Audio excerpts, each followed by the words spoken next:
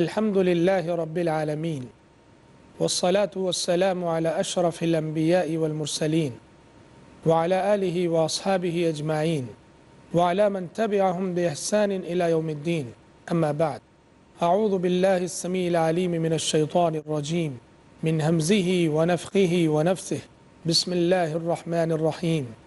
يسألونك عن الأنفال قل الأنفال لله والرسول فاتقوا الله وأصلحوا ذات بينكم وأطيعوا الله ورسوله إن كنتم مؤمنين.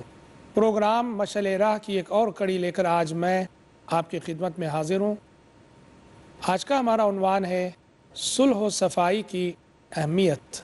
یعنی جب کبھی دو افراد کے درمیان اختلاف ہو جائے، دو گھرانوں میں اختلاف ہو جائے، دو خاندانوں میں اختلاف ہو جائے، انسانوں کی دو جماعتوں میں اختلاف ہو جائے، تو ان کے مابین صلح کرانے کی شریعت میں کیا اہمیت ہے، یہ آج کے ہمارے اس کتاب کا موضوع ہے.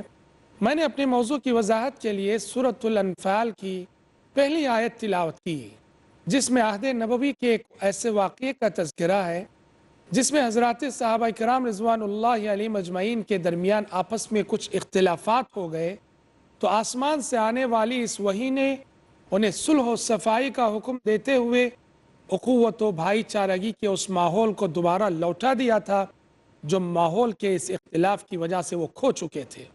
مسئلہ کیا ہے؟ جب غزوہ بدر ہوئی تو جنگ بدر ختم ہونے کے بعد کچھ صحابہ نبی کریم صلی اللہ علیہ وسلم کے ساتھ رہے، کچھ صحابہ دشمن کا پیچھا کرتے ہوئے اس کو دوڑاتے گئے، اور کچھ صحابہ مال غنیمت جمع کرنے میں لگ گئے، اور بعد میں ان تینوں کے درمیان غنیمت کو لے کر اختلاف ہو گیا. ہر طبقہ کہنے لگا کہ مال غنیمت ہمارا حق ہے، ہمارا حصہ ہے. نوجوانوں نے کہا کہ مال غنیمت ہمارا حصہ ہے، ہم نے جمع کیا ہے، ہم نے اٹھایا ہے. جن لوگوں نے دشمن کا پیچھا کیا تھا انہوں نے کہا کہ مال غنیمت ہمارا حق ہے کہ دشمن کو ہم نے بھگایا. اختلافات ہو رہے تھے. آسمان سے وحی آ گئی، فاتقوا اللہ واصلحوا ذات بینکم، اللہ سے ڈرو اور اپنے معاملات کو، اپنے تعلقات کو استوار کر لو، درست کر لو. مطلب یہ ہوا بگڑے تعلقات کو سدھارنا، سنوارنا، بنانا یہ تقوی کا تقاضا ہے. اور اس وحی کے ساتھ ساتھ جب وہ آیت نازل ہو گئی وَاعْلَمُوا أَنَّمَا غَنِمْتُم مِّن شَيْءٍ فَأَنَّ لِلَّهِ خُمُسَهُ وَلِلرَّسُولِ وَلِذِي الْقُرْبَى وَالْيَتَامَى وَالْمَسَاكِينِ وَابْنِ السَّبِيلِ. تو شریعت نے خود حصے مقرر کر دیے، بتا دیے کہ مال غنیمت میں کس کا کتنا حصہ ہوتا ہے اور کسے کتنا ملے گا. صحابہ کرام رضوان اللہ علیہم اجمعین نے ان تعلیمات کے مطابق مال غنیمت کو آپس میں بانٹ کر اپنے سارے اختلافات ختم کر لیے. ہمارے موضوع کے حوالے سے ایک دوسری آیت ہمیں قرآن مجید میں ملتی ہے سورۃ الحجرات میں. اللہ تعالیٰ نے فرمایا انما المؤمنون اخوہ فاصلحوا بین اخویکم واتقوا اللہ لعلکم ترحمون. مومن سب آپس میں بھائی بھائی ہیں، لہٰذا اپنے دو بھائیوں کے درمیان صلح کرا دو اور ڈرو اللہ تعالیٰ سے تاکہ تم پر رحم کیا جائے. آیت کے شان نزول میں علامہ ابن کثیر رحمۃ اللہ علیہ نے لکھا ہے کہ ایک مرتبہ نبی کریم صلی اللہ علیہ وسلم رئیس المنافقین عبداللہ بن ابی بن سلول کے پاس گئے، اس سے کچھ بات کرنے کے لیے، گفتگو کرنے کے لیے. طبیعت میں شرارت تھی، مزاج میں خباثت تھی، اور تھا بھی رئیس المنافقین، منافقین کا سردار. اس نے نبی کریم صلی اللہ علیہ وسلم سے کہا کہ یہاں سے ہٹ جاؤ، تمہارے گدھے کی بدبو سے مجھے تکلیف ہو رہی ہے. اس بات کو سن کر ایک صحابی جلال میں آ گئے اور انہوں نے عبداللہ بن ابی کو جواب دیتے ہوئے کہا اللہ کی قسم، پیارے نبی صلی اللہ علیہ وسلم کے گدھے کی خوشبو تیری بو سے زیادہ بہتر ہے. اس بات پر عبداللہ بن ابی بن سلول کے چاہنے والے اس صحابی سے الجھ پڑے اور آپس میں خود مسلمانوں کے درمیان پھوٹ پڑ گئی. اس وقت یہ آیت نازل ہوئی انما المؤمنون اخوۃ فاصلحوا بین اخویکم، مسلمان سب بھائی بھائی ہیں، آپس میں اپنے بھائیوں کے درمیان صلح کرا دو. یہ آیتیں بتاتی ہیں کہ جب کبھی اختلاف ہو جائے، پھوٹ پڑ جائے، رشتوں میں دراڑ آ جائے، تو دوسروں کی ذمہ داری بنتی ہے کہ وہ صلح کرانے کی کوشش کرے، مسئلے کو سلجھانے کی کوشش کریں. اختلاف رائے کا ہونا ضروری بات ہے. جہاں دو انسان رہتے ہیں اختلاف کہیں نہ کہیں چل کر ہوگا. مرضیات کا ٹکراؤ، مزاجوں کا اختلاف، طبیعتوں کا اختلاف فطری بات ہے، لیکن جب بھی اختلاف ہو جائے، شریعت سب سے پہلے اختلاف کرنے والوں کو تعلیم دیتی ہے کہ صلح و صفائی کا ذہن رکھو۔ یہ نہیں کہ اپنے اختلافات کو طول دینا ہے، اپنے جھگڑوں کو قیامت تک لے کے چلنا ہے، نہیں، یہ مزاج شریعت نے کبھی اور کسی کو نہیں دیا ہے۔ لڑنے والوں سے کہتی ہے کہ صلح و صفائی کا ذہن رکھو، مسائل کو سلجھانے کا مزاج رکھو۔ اس لیے پیارے نبی صلی اللہ علیہ وسلم نے کہا لا يحل لمسلم ان يهجر اخاه فوق ثلاث، کسی مسلمان کے لیے جائز نہیں کہ وہ اپنے کسی دوسرے مسلمان بھائی سے بات چھوڑے، گفتگو چھوڑے 3 دن سے زیادہ۔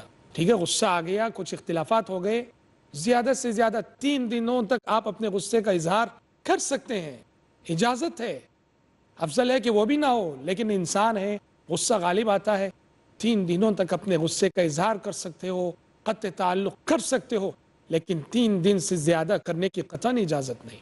آپ نے فرمایا ایسے 2 افراد، ایسے 2 اشخاص جو آپس میں اختلاف کر کے بولا نہیں کرتے، گفتگو کا سلسلہ ترک کر دیتے ہیں، جب ہر پیر اور جمعرات کو ان کا نامہ اعمال اللہ کے حضور پیش ہوتا ہے، اللہ تعالیٰ کہہ دیتا ہے دعہما حتی یصطلحا، ان دونوں کو چھوڑ دو جب تک کہ یہ آپس میں اپنے تعلقات استوار نہ کر لیں، اس وقت تک میں ان کے اعمال کو نہیں دیکھوں گا، قبول نہیں کروں گا۔ تو معلوم ہوا کہ سب سے پہلے خود لڑنے والوں کو صلح و صفائی کا مزاج رکھنا چاہیے۔ ان کے اندر خود اگر صلح و صفائی کا مزاج نہ ہو، صلح و صفائی کی نیت نہ ہو، دوسرا لاکھ کوشش کرے بات نہیں بنے گی۔ تو پہلے انسان خود جن کے درمیان اختلافات ہو چکے ہیں وہ صلح و صفائی کا ذہن رکھیں، اور دوسروں کی ذمہ داری بنتی ہے کہ وہ بیچ میں دخل اندازی کرتے ہوئے، مداخلت کرتے ہوئے دونوں کے درمیان صلح کرانے کی کوشش کریں، دونوں کی سنیں، مسئلے کی تہہ تک پہنچیں، دیکھیں کہ غلطی کہاں ہوئی ہے، کس سے ہوئی ہے، اور سلجھانے کے طریقے کیا ہیں، مناسب طریقے سے سلجھا دیا جائے۔ بہت بڑی نیکی ہے یہ، بہت بڑا کار خیر ہے یہ۔ ابو داؤد کی ایک حدیث میں نبی کریم صلی اللہ علیہ وسلم نے ٹوٹتے رشتوں کو جوڑنا اور آپس میں لڑنے والوں کو ملانا، اسے نفل نمازوں سے افضل قرار دیا، نفل روزوں سے افضل قرار دیا، اور نفل صدقات و خیرات سے بھی آپ صلی اللہ علیہ وسلم نے افضل قرار دیا ہے۔ اور مشہور حدیث ہے، آپ صلی اللہ علیہ وسلم نے فرمایا کہ انسان جب صبح جاگتا ہے، اٹھتا ہے، تو اللہ تعالیٰ نے انسان کے بدن میں 360 جوڑ رکھے ہیں، انہی جوڑوں کی وجہ سے وہ چلتا پھرتا، اٹھتا بیٹھتا، مڑتا ہے، اور یہ اللہ کی بہت بڑی نعمت ہے جو شکر کی متقاضی ہے۔ پیارے نبی نے فرمایا انسانی بدن میں موجود ان 360 جوڑوں کا حق ہر صبح انسان پر واجب ہوتا ہے۔ آپ نے فرمایا ہر صبح ہر انسان پر 360 صدقے واجب ہوتے ہیں ان 360 جوڑوں کے مقابلے میں۔ بہت بڑی ذمہ داری، لیکن اس ذمہ داری کو ادا کیسے کیا جائے؟ پیارے نبی صلی اللہ علیہ وسلم نے کہا کہ بہت آسان ہے۔ کہا کیسے؟ کہا امر بمعروف صدقہ، کسی کو بھلائی کا حکم دے دو صدقہ ہوگا، کسی کو برائی سے روک دو وہ بھی صدقہ ہے، لڑتے جھگڑتے لوگوں کے درمیان صلح کروا دو وہ بھی صدقہ ہے، اللہ کی کبریائی بیان کرو، اللہ اکبر کا ذکر کرو وہ بھی صدقہ ہے، سبحان اللہ کہو وہ بھی صدقہ ہے، الحمدللہ کہو وہ بھی صدقہ ہے۔ کہا ان مختلف عبادتوں کے ذریعے سے تم ہر صبح اپنے اوپر عائد ہونے والے 360 حقوق ادا کر سکتے ہو، اور ان عبادتوں میں سے ایک عبادت لڑتے جھگڑتے لوگوں کے درمیان صلح کرانا، ان کے بگڑے تعلقات کو پھر استوار کرنا اور ایک کو دوسرے سے قریب کرنا۔ یہ کتنا بڑا عمل ہوگا، یہ کتنی بڑی نیکی ہوگی کہ پیارے نبی صلی اللہ علیہ وسلم نے آپس میں لڑنے والوں کے درمیان صلح کرانے کے لیے صلح کرانے والوں کو جھوٹ کہنے کی بھی اجازت دی ہے۔ حالانکہ ہم سب جانتے ہیں شریعت میں جھوٹ کو کتنا بڑا کبیرہ گناہ قرار دیا گیا ہے۔ فلعنۃ اللہ علی الکاذبین قرآن کہتا ہے، جھوٹوں پر اللہ تعالیٰ کی لعنت ہو۔ اس کے باوجود آپس میں لڑتے لوگوں کو ملانے کے لیے جھوٹ کی اجازت ہے۔ آپ اس کے پاس جا کر کہیں کہ بھائی میں نے آپ کے مد مقابل سے بات کی ہے، وہ نادم ہے، وہ پشیمان ہے، وہ آپ سے ملنا چاہتے ہیں، حالانکہ نہ وہ نادم ہے، نہ وہ پشیمان ہے، نہ وہ ملنا چاہ رہا۔ آپ جا کے سامنے والے کو ایسا کہتے ہیں، اور ادھر جا کر بھی ویسے ہی کہتے ہیں۔ آپس میں ملانے کے لیے، تو اس سے اندازہ کیا جا سکتا ہے کہ شریعت کی نظر میں ٹوٹتے رشتوں کو جوڑنا یہ کتنی بڑی نیکی ہے۔ اب وقت ہوا ایک بریک کا، آپ جڑے رہے ہمارے ساتھ، بہت جلد لوٹیں گے ہم۔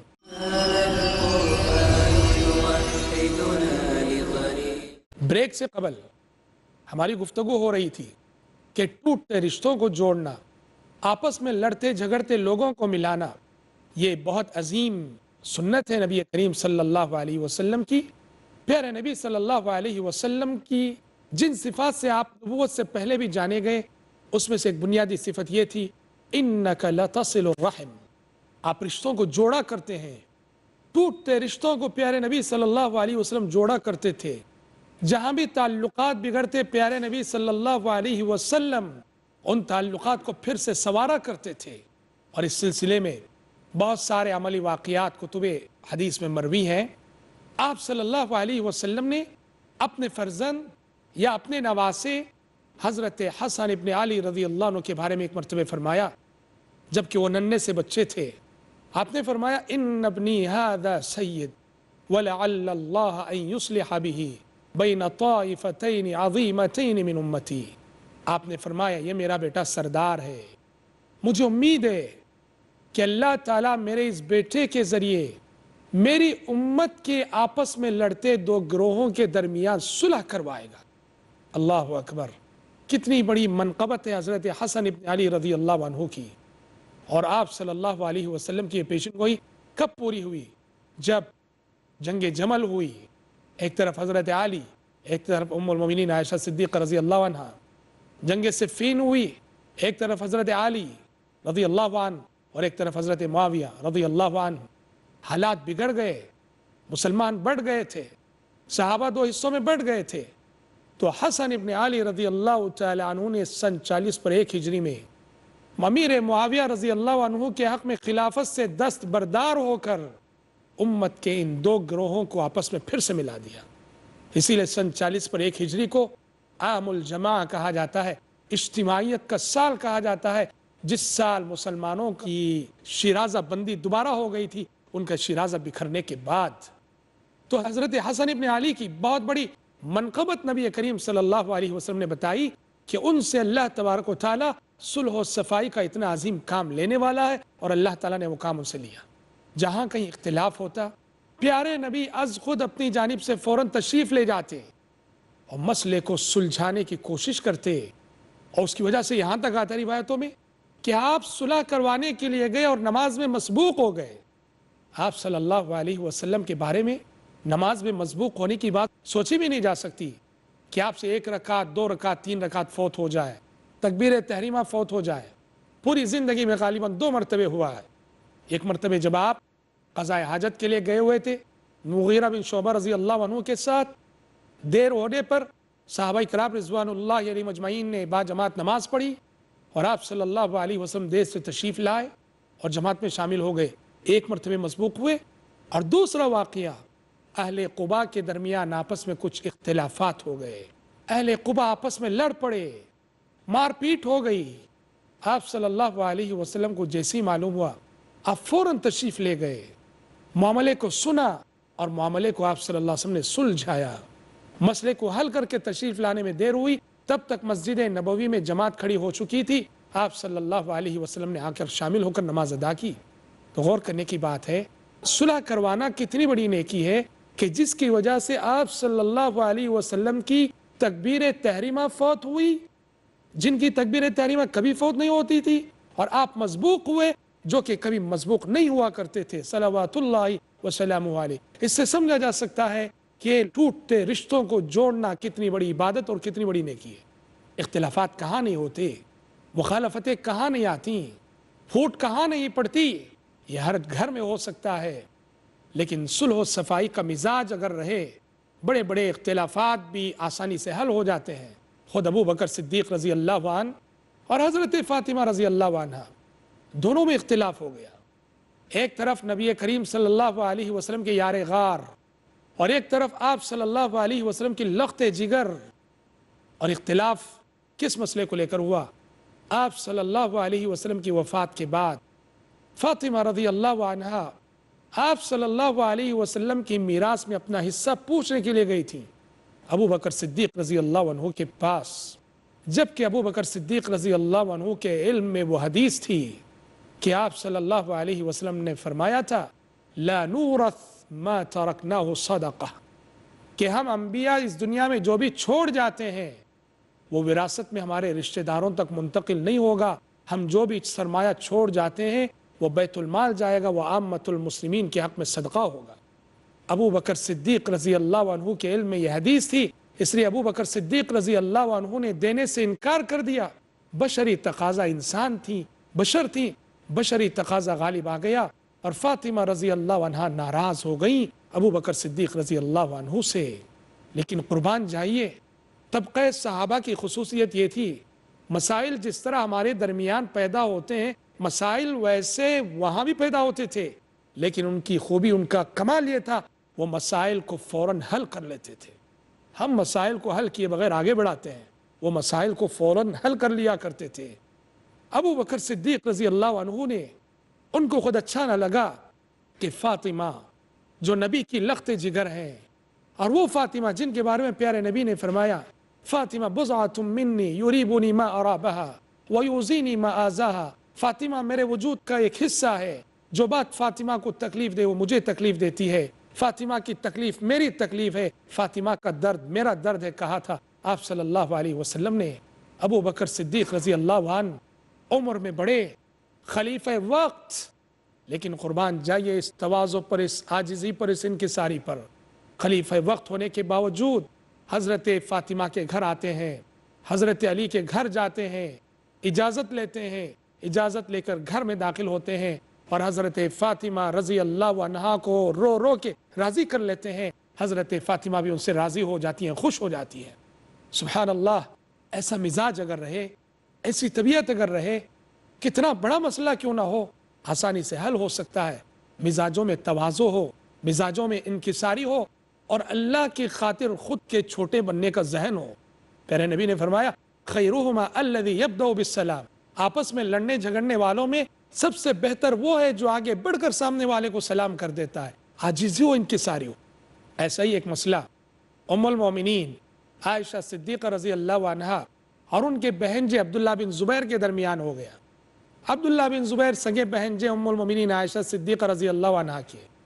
ایک مرتبہ عبداللہ بن زبیر نے ام المومنین کے تصرفات کو لے کر کوئی ایسی بات کہہ دی جس سے ام المومنین کو بہت رنج ہوا، بہت غم ہوا۔ ام المومنین عائشہ صدیقہ رضی اللہ عنہا نے نظر مان لی کہ میں عبداللہ بن زبیر سے بات نہیں کروں گی۔ عبداللہ بن زبیر بہت پریشان ہوئے، بات کرنا چاہا، کوشش کی، پر مائی عائشہ صدیقہ رضی اللہ عنہ تیار نہ ہوئی، اس لیے کہ وہ نظر مان چکی تھی بات نہ کرنے کی۔ عبداللہ بن زبیر رضی اللہ عنہ بے چین رہتے، کیسے میں بات کروں اپنی خالہ سے، خالہ ماں کے برابر، وہ بھی ام المومنین۔ بالآخر عبداللہ بن زبیر نے مسور بن مخرمہ اور عبد الرحمن بن الاسود رضی اللہ عنہ ان دونوں سے گزارش کی مجھے لے جاؤ ام المومنین کے پاس اور میری خالہ سے ملا دو، مجھے ہمارے تعلقات کو استوار کر دو آپ لوگ۔ مسور بن مخرمہ اور عبد الرحمن بن الاسود دونوں نے عبداللہ بن زبیر پر ایک چادر ڈھانک دی، ان کو لے گئے، مائی عائشہ صدیقہ رضی اللہ عنہ کے حجرے پہ کھڑے ہو کے آواز دی، آواز دے کے کہا ہم آ سکتے ہیں؟ عائشہ صدیقہ رضی اللہ عنہ نے کہا کہ ضرور آؤ۔ مسور بن مخرمہ نے پوچھا ہم سب آ سکتے ہیں؟ عائشہ صدیقہ رضی اللہ عنہ نے کہا ہاں تم سب آ سکتے ہو۔ حضرت عائشہ کو خبر نہیں کہ ان اجازت لینے والوں میں عبداللہ بن زبیر بھی ہیں جو چادر میں ڈھکے ہوئے ہیں۔ جیسے ہی اجازت ملی اور عائشہ صدیقہ رضی اللہ عنہ نے کہا تم سب آ سکتے ہو، تینوں گھر کے اندر داخل ہوئے اور عبداللہ بن زبیر جیسے ہی ام المومنین عائشہ صدیقہ رضی اللہ عنہ کے سامنے پہنچے اپنی خالہ سے بے ساختہ چمٹ گئے، زار و قطار رونے لگے، معافی مانگنے لگے، کہنے لگے مائی معاف کر دو، مجھ سے غلطی ہو گئی۔ عائشہ صدیقہ رضی اللہ عنہا نے بھی آنسو بہاتے بہاتے روتے روتے انہیں معاف کر دیا۔ اللہ اکبر، کیسی عاجزی، کیسی انکساری اور کیسے اخلاق ہیں یہ۔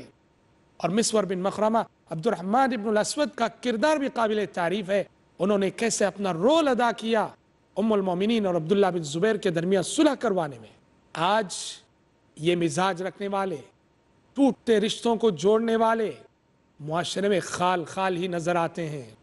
اور افسوس کے ساتھ کہنا پڑتا ہے کہ آج جو ماحول ہم دیکھ رہے ہیں، گھر اختلافات کی آگ میں جل رہے ہیں، خاندان اختلافات کی آگ میں جل رہے ہیں، خصوصاً میاں بیوی کے رشتے ٹوٹ رہے ہیں، بکھر رہے ہیں، مگر معاشرے میں صلح کرنے والے ناپید ہیں. اور نظر آتے ہیں تو کیسے لوگ؟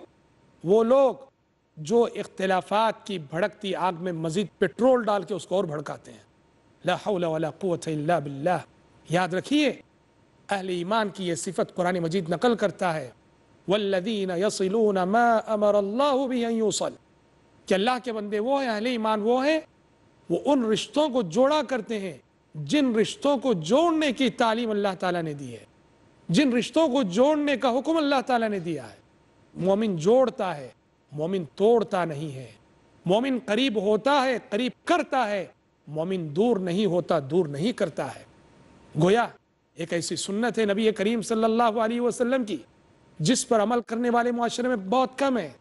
ضرورت اس بات کی ہے کہ ہم اس کی اہمیت کو سمجھیں اور اہمیت کو سمجھ کر ٹوٹتے رشتوں کو جوڑنے میں اپنا کردار ادا کرنے کی کوشش کریں اور اس راستے سے رب کی بنائی ہوئی جنت کو پانے کی کوشش کریں. دعا ہے رب العالمین سے اللہ تعالیٰ کہنے والے کو، سننے والوں کو کہنے اور سننے سے زیادہ آپ صلی اللہ علیہ وسلم کی ان پاکیزہ تعلیمات پر عمل کرنے کی توفیق عطا فرمائے. آمین. وآخر دعوانا ان الحمد للہ رب العالمین. هذا القرآن يوحدنا لطريق الخير يوجهنا الله تعالى أنزله ورسول الله معلمنا